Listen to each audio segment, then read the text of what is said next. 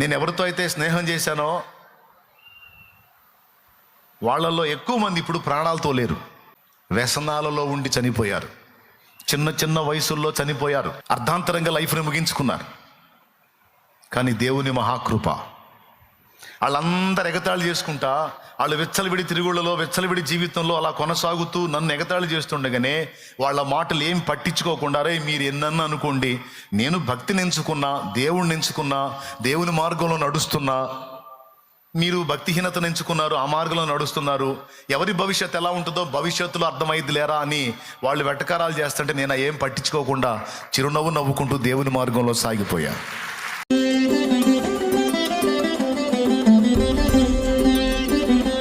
యేసు ప్రభువుని నమ్ముకోకముందు నేను కూడా గాలోళ్ళతో గాలి తిరుగుళ్ళు తిరిగాను. యేసు ప్రభువుని నమ్ముకున్నాను. మనోనేత్రాలు వెలిగించబడ్డాయి. మనోనేత్రాలు వెలిగించబడ్డ తర్వాత పరిశుద్ధ గ్రంథం చేతబట్టుకొని ఆ చెడ్డ అలవాట్లు, ఆ చెడ్డ వ్యసనాలు, ఆ చెడిపోయిన తిరుగుళ్ళను వదిలేసి పరిశుద్ధ గ్రంథాన్ని చేతబట్టుకొని నా ఫ్యామిలీని వెంటేసుకొని పరిశుద్ధ వస్త్రాలు కట్టుకొని దేవుని మందిరానికి వెళ్తుంటే నన్ను చూసి అరుగుల మీద కూర్చొని ఎటకారాలు చేశారు నా ఫ్రెండ్సే. మీరు నమ్మండి నమ్మకపోండి, నిజం చెప్తున్నాను, నేను ఎవరితో అయితే స్నేహం చేశానో వాళ్ళల్లో ఎక్కువ మంది ఇప్పుడు ప్రాణాలతో లేరు. ఎక్కువ మంది ప్రాణాలతో లేరు, చనిపోయారు. నా ఫ్రెండ్స్లో చాలామంది చనిపోయారు. ఎందుకో తెలుసా? వ్యసనాలలో ఉండి చనిపోయారు. చిన్న చిన్న వయసుల్లో చనిపోయారు. నిండా 35 ఏళ్ళు రాకముందే చనిపోయారు. ఎందుకు? భక్తిని ఎగతాళి చేశారు, భక్తిహీనతని ప్రేమించారు. ఫలితంగా ఇప్పుడు ప్రాణాలతో లేరు. కుటుంబాలు రోడ్డున పడిపోయినాయి. అర్ధాంతరంగా లైఫ్ని ముగించుకున్నారు. కానీ దేవుని మహాకృప, వాళ్ళందరూ ఎగతాళి చేసుకుంటా, వాళ్ళు వెచ్చలవిడి తిరుగుళ్ళలో వెచ్చలవిడి జీవితంలో అలా కొనసాగుతూ నన్ను ఎగతాళి చేస్తుండగానే వాళ్ళ మాటలు ఏం పట్టించుకోకుండా, రే మీరు ఎన్నన్నా అనుకోండి, నేను భక్తిని ఎంచుకున్నా, దేవుణ్ణి ఎంచుకున్నా, దేవుని మార్గంలో నడుస్తున్నా, మీరు భక్తిహీనతను ఎంచుకున్నారు, ఆ మార్గంలో నడుస్తున్నారు, ఎవరి భవిష్యత్తు ఎలా ఉంటుందో భవిష్యత్తులో అర్థమైద్ది లేరా అని వాళ్ళు వెటకారాలు చేస్తుంటే నేను ఏం పట్టించుకోకుండా చిరునవ్వు నవ్వుకుంటూ దేవుని మార్గంలో సాగిపోయా. చివరికి ఏం జరిగిందో మీకు తెలుసు.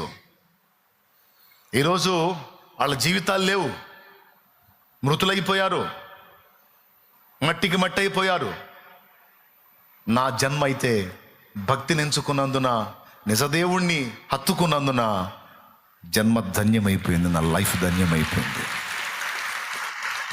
ఈరోజు ఇక్కడ కూర్చున్న మీ అందరికీ కూడా చెప్తున్న మాట ఏమిటంటే, భక్తిహీనులు నిన్ను ఎగతాళి చేస్తే లక్ష్య పెట్టొద్దు. భక్తిహీనులు నిన్ను అవహేళన చేస్తే, అపహాస్యం చేస్తే లక్ష్య పెట్టొద్దు. ఎందుకంటే వారికి ఏం జరిగిద్దో వాళ్ళకి తెలియదు. కానీ ఈరోజు నువ్వు భక్తిని ఎంచుకున్నావు, నంబర్ 1. నంబర్ 2, నిజమైన దేవుడి భక్తి చేస్తున్నావు. ఆయన పాదాల చెంతకు వస్తున్నావు.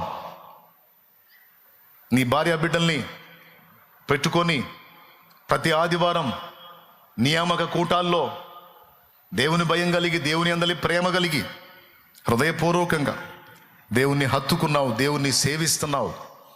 ఒక భక్తి కలిగినటువంటి వ్యక్తిగా నువ్వు ఉన్నావు. నేను చెప్తున్నాను, నీ కుటుంబం ఆశీర్వదించబడుతుంది. నీకు పుట్టిన నీ పిల్లలు కూడా భక్తులు అవుతారు, వారు కూడా దీవించబడతారు. ఎందుకంటే తల్లిగా తండ్రిగా నువ్వు దేవుని భయం కలిగి ఉన్నావు కనుక నీకు పుట్టే నీ పిల్లలు కూడా అదే దేవుని భయములో పెరుగుతారు. యథా రాజా తథా ప్రజ, యథా దేవ తథా భక్త, యథా గురు తథా శిష్య, యథా పిత తథా సుత అని.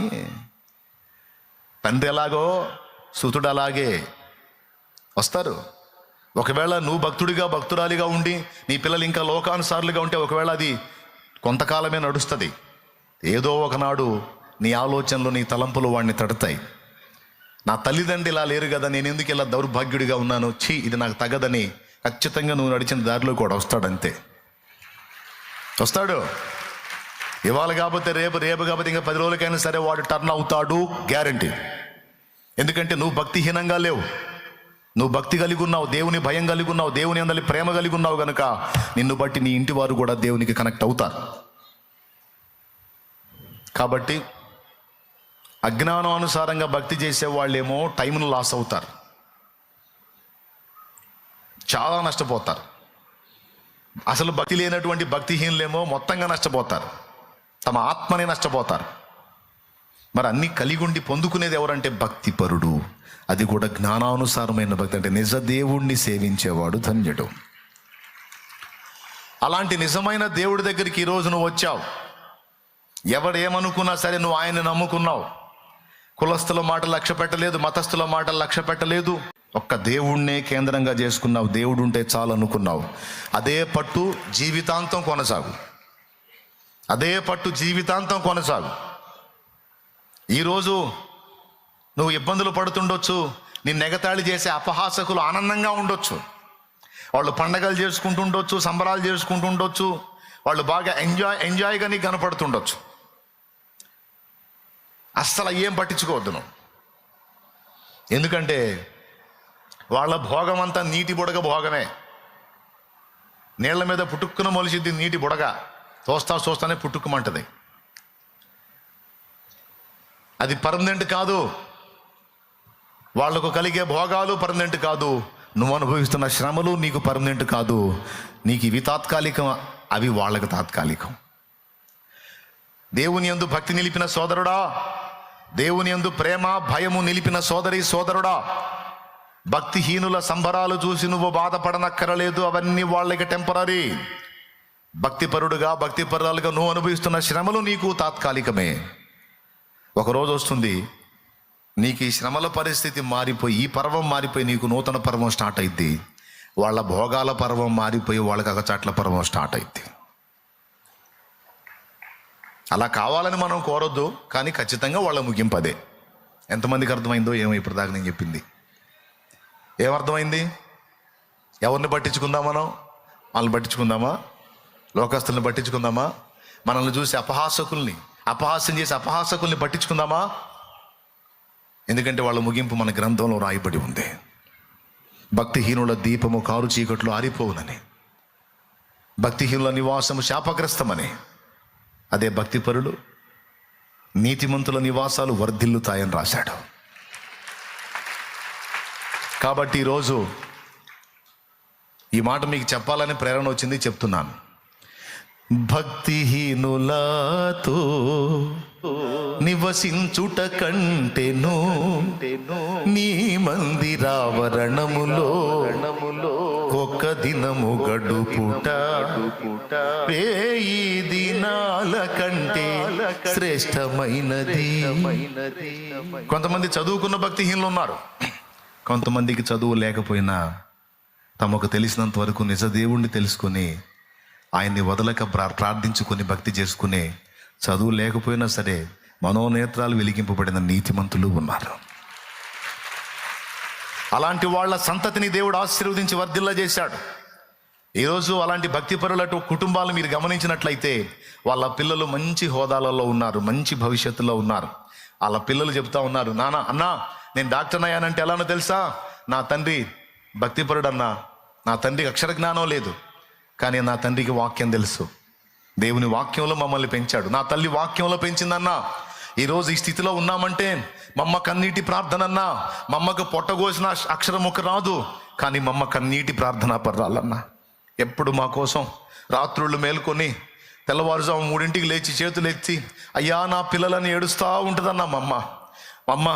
ఆదివారం రాగానే మాకు స్నానాలు చేపించి మేము మొరాయిస్తే, మమ్మీ మాకు ఒక్కరోజు సెలవు, అమ్మా ఈ ఒక్కరోజు సెలవు మేము ఆడుకోవాలంటే బ్రతిమలాడి మాకెన్నో చెప్పి యేసయ్య గురించి మందిరానికి తీసుకెళ్ళిద్దన్న మా అమ్మ. అలా మమ్మల్ని తీసుకెళ్ళి మమ్మల్ని భక్తికి అలవాటు చేసి దేవుని భయంలో, దేవుని క్రమంలో, దేవుని క్రమశిక్షణలో పెంచింది. కానీ మా అమ్మకి చదువు రాదన్నా. కానీ చదువుకున్నోళ్ళు కూడా పెంచని విధంగా మా అమ్మ భక్తిలో పెంచిందన్న మమ్మల్ని. ఈరోజు ఇలా ఉన్నామంటే, మంచి మనస్సాక్షి కలిగి ఉన్నామంటే, 10 మంది బీదలకి సేవ చేయగలుగుతున్నామంటే, మాకున్న దానిలో మేము ఇంత చేయగలుగుతున్నాము, ఈ స్థితిలో ఉన్నాము, ఈ స్థానంలో ఉన్నామంటే మా అమ్మ నాన్న చదువు లేకపోయినా దేవుని వాళ్ళు భక్తి చేశారు, దేవుని ప్రేమించారు, మమ్మల్ని కూడా భక్తిలో పెంచారన్న అని చెప్తారు. కాబట్టి ఈరోజు బిడ్డ, నువ్వు చదువు ఉన్నా లేకపోయినా నువ్వు దేవుని భయంలో, దేవుని భక్తిలో నీ పిల్లల్ని పెంచుతున్నావు.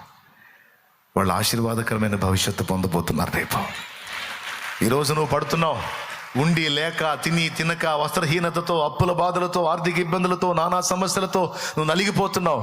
కానీ నీ పిల్లలకు దేవుడు అలాంటి పరిస్థితులు రానివ్వడు. ఈ కొలిమంతా నీతోనే. ఈ అనుభవాలు, ఈ శ్రమల కొలిమి నీకు, నీ పిల్లలకి దీనత్వాన్ని నేర్పడానికి.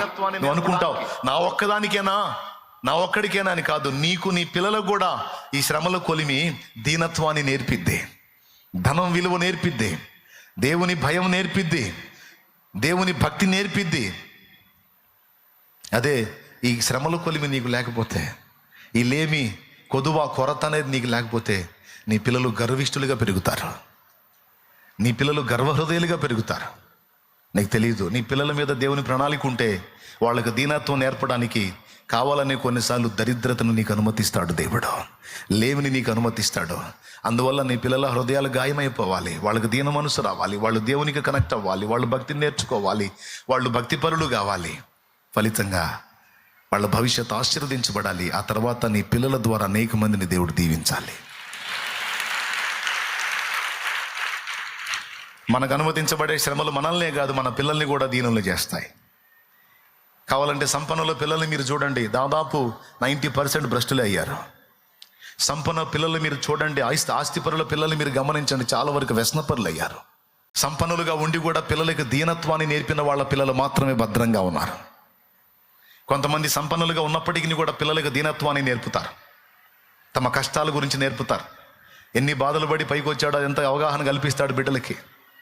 కన్నీళ్లతో తన గాథ చెప్పుకుంటాడు, బిడ్డల మనసుని గెలుస్తుంది. ఫలితంగా పిల్లలు దీనత్వాన్ని నేర్చుకుంటారు. ఈరోజు మనకు అనుమతించబడే శ్రమలు మన పిల్లల్ని ఆశీర్వదించడానికే, మన పిల్లల భవిష్యత్తును శుభప్రదం చేయటానికి. నేను చెప్తున్నాను, గుర్తుపెట్టుకో. నీ బిడ్డలకి నేర్పుకో, భక్తి నేర్పుకో, ఆత్మీయత నేర్పుకో, దేవుని ప్రేమించడం నేర్పుకో, బీదలకు సాయం చేయటం నేర్పుకో, దేవుని కొరకు ఇవ్వటం నేర్పు. దేవుని సన్నిధిలో వేసేటప్పుడైనా ఒకవేళ దైవజనుడు నీ ఇంటికి వస్తే నువ్వు ఇచ్చేదైనా సరే నీ పిల్లల చేత ఇప్పించు. నానా అదిగో దైవజనుడు వచ్చాడు, ఇవ్వు నాన్న, ఇచ్చి ప్రార్థన చేయించుకో. నేను ఆ పనే చేస్తాను, నా పిల్లలకి ఇచ్చి నా పిల్లల చేత ఇప్పిస్తాను. నేను ఇవ్వను, పిల్లలకి ఇచ్చి నాన్న మీరు వెళ్ళి అన్నకిచ్చి ప్రార్థన చేయించుకోండి అని చెప్పిస్తాను. నేను సేవకుండా ఉండి కూడా నా పిల్లల్ని అలా నేర్పుతాను. నేను దేవుని కొరకు ఇవ్వటం, దేవుని కొరకు ప్రత్యేకంగా తీయటం మీరు పిల్లలకి నేర్పండి. ఈ క్రమం పిల్లలకు అలవాటు కానివ్వండి. ఫలితంగా పిల్లలు ఎంత దీవించబడతారో భవిష్యత్తులో మీకు అర్థమైతే. ఇందులో మన పని ఏమిటంటే దేవుని ప్రేమించి దేవునికి భక్తి చేయటం మన పని. భక్తిహీనుల్ని పట్టించుకోకుండా, అపహాసకుల్ని, ఎగతాళి చేసేవాళ్ళని, వెటకారం చేసేవాళ్ళని లక్ష్య పెట్టకుండా దేవుణ్ణి కేంద్రంగా చేసుకొని దేవుని ప్రేమించి దేవునికి భక్తి చేయటం మన పని. ఇక మన సంగతి చూసుకోవటం దేవుని పని. మనతో పాటు మనల్ని వెటకారం చేసిన వాళ్ళ సంగతి చూసుకోవటం కూడా దేవుని పని. దేవునికి స్తోత్రం కలుగును గాక. హల్లెలూయా. ఏమన్నా అర్థమైందా మీకు నేను చెప్పింది? ఇందులో మన పని ఏంది? నిజమైన దేవుణ్ణి తెలుసుకొని, కలుసుకొని, భక్తి చేయటం, ఆయన్ని ప్రేమించి సేవించటం మన పని. ఇక మన సంగతి చూసుకోవటం ఆయన పని. దేవుడు చెప్పినట్టు నీతి నిమిత్తం శ్రమ పడటం మన పని. ఆ నీతి పరీక్షలో పాస్ అయిన తరువాత మనల్ని ఆశీర్వదించి అభివృద్ధిలోకి నడిపించడం దేవుని పని. కన్ఫర్మ్, ఆయన చెప్పాడు. ఆయన నిన్ను దర్శించిందాకా, ఆయన నీ నీతిని పరీక్షించాలి, విశ్వాసాన్ని పరీక్షించాలి. ఆ పరీక్ష పూర్తయిందాకా నిరంతరం గమనిస్తానే ఉంటాడు, కానీ ఏమి పట్టించుకున్నట్టు ఉంటాడు. అయ్యలారా బాగా వినండి, నిరంతరం నిన్ను గమనిస్తానే ఉంటాడు, నీ ప్రతి పరిస్థితిని చూస్తానే ఉంటాడు. కనీసం నువ్వు మొత్తుకుంటున్నా సరే వినబడనట్టు ఉంటాడు. నీకు కూడా ఆశ్చర్యం కలిగిద్ది. దేవా నీవెందుకు లక్ష్య పెట్టవు, నేను మొర్ర పెట్టగా నువ్వెందుకు ఆలకించవు, నా పరిస్థితి నీకు కనపడట్లేదా, ఎంత నలిగిపోతున్నానో, ఎంతగా చితికిపోయి ఉన్నానో నీకు తెలియదా, ఇన్ని ప్రార్థనలు చేస్తున్నా నువ్వెందుకయ్యా జవాబు ఇవ్వవు అని నువ్వు అడుగుతావు. అయినా జవాబు రాదు. దేవుడు కొంపతీసి నన్ను వదిలేశాడా ఏందని డౌట్ వస్తుంటుంది నీకు. నో వదలడు. దేవుడు నిన్ను గమనిస్తానే ఉంటాడు, నీ ప్రతి సన్నివేశాన్ని అబ్జర్వ్ చేస్తానే ఉంటాడు, కానీ ఏమీ పట్టనట్టు ఉంటాడు. ఎందుకంటే మన దేవుడు పరీక్షించే దేవుడని పరిశుద్ధ గ్రంథంలో రాసుంది. ఏం దేవుడు? పరీక్షించే దేవుడు, పరీక్షించే దేవుడు, పరీక్షించే దేవుడు. ఆదికాండం 22వ అధ్యాయములో 1వ వచనం నుంచి చదివితే, ఈ సంగతులు జరిగిన తరువాత దేవుడు అబ్రహామును పరిశోధించెను అనుంది. ఆదికాండం 22:1. ఆ సంగతులు జరిగిన తర్వాత దేవుడు అబ్రహామును పరిశోధించెను, ఎట్లనగా అని చెప్పి ఎట్లా పరీక్షించాడో పరిశోధించాడో, ఇవ్వక ఒకడిని ఇచ్చాడు, ఆ ఒకడిని కూడా నాకు ఇవ్వమన్నాడు. ఏందిది? పరీక్ష. పరిశోధన అన్నా పరీక్ష అన్నా ఒకటే. స్తోత్రం. అబ్రహామును పరిశోధించాడట, ఫిలిప్పును పరీక్షించాడట. గిద్యోన్ దగ్గర ఏమంటాడో తెలుసా? నేను వారిని పరిశోధించున్నట్లు నీళ్ల దగ్గర వాళ్ళని నీళ్లు త్రాగటానికి నువ్వు ప్రేరేపించమన్నాడు. మన దేవుడు ఏం చేస్తాడు? పరిశోధిస్తాడు, పరీక్షిస్తాడు. పరీక్షించడంతో పాటు దాన్ని ఎలా గెలవాలో కూడా ఆ జ్ఞానాన్ని, ఆ శక్తిని, ఆ ఆలోచనని ఆయనే మనకిస్తాడు. అదే రాసుంది గ్రంథంలో. శోధింపబడుతున్నప్పుడు, పరీక్షలో ఉన్నప్పుడు నువ్వు చేయాల్సింది ఏమిటో తెలుసా? దాని నుంచి నువ్వు జయించడానికి నువ్వు ఆయన ఆశ్రయించాలి. అది మన పని. పరీక్షించడం దేవుని పని, పాస్ అవ్వడం మన పని అన్నాను నేను. పాస్ అవ్వడానికి ఏం చేయాలి? మన సొంత కృషితో మనం తిప్పలు పడితే మన వల్ల కాదు. ఏ విధంగా మనం పాస్ అవుతామో ఆ ఐడియా ఆయనే ఇస్తాడు. ఈ ఆఫర్ ఎవరికన్నా ఉందా? 2 తెలుసుకోవాలి. ఒకవేళ నువ్వు 10th పొజిషన్లో ఉంటే నీకు డిగ్రీ టెస్టులు పెట్టడు ఆయన, కనీసం ఇంటర్ ఫస్ట్ ఇయర్ టెస్టులు కూడా పెట్టడు ఆయన.